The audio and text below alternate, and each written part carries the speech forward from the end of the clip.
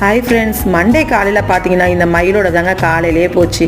அது குட்டிங்களோட சுற்றிட்டு இருந்ததா, அது ஒன்று பறந்து போயிடுச்சு. ஒரு வழியாக அது சவுண்டு விட்டு ரெண்டுத்தையும் கூட்டி சேர்த்துருச்சுங்க.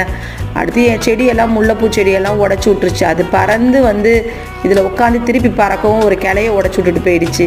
சரி போ அப்படின்னு சொல்லிட்டு நானும், ஐயோ உங்கள் செடி உடஞ்சிருச்சே அப்படின்னா ரேஷ்மா, அதுக்காக அதுக்கிட்ட சண்டைக்கு அடி போக முடியும் அப்படின்னேன். அடுத்து காலையிலேயே பிரியாணி வச்சுட்டு நம்ம டேரன் சாப்பிட்டான். காலையிலேயே கீரை வாங்கணுன்னோ இல்லையோ, கீரைனாலே யாருக்கும் வந்து பிடிக்க மாட்டுதுங்க. நானும் எங்கள் பாவம் இஷ்டமாக சாப்பிட்றோம். கீரை சாப்பிட்றதெல்லாம் தெரியல. இந்த குச்சிக்கிழங்க செஞ்சு நான் தான் வேக வச்சு நான் ஒருத்தி தான் சாப்பிட்டுட்டு இருந்தேன்.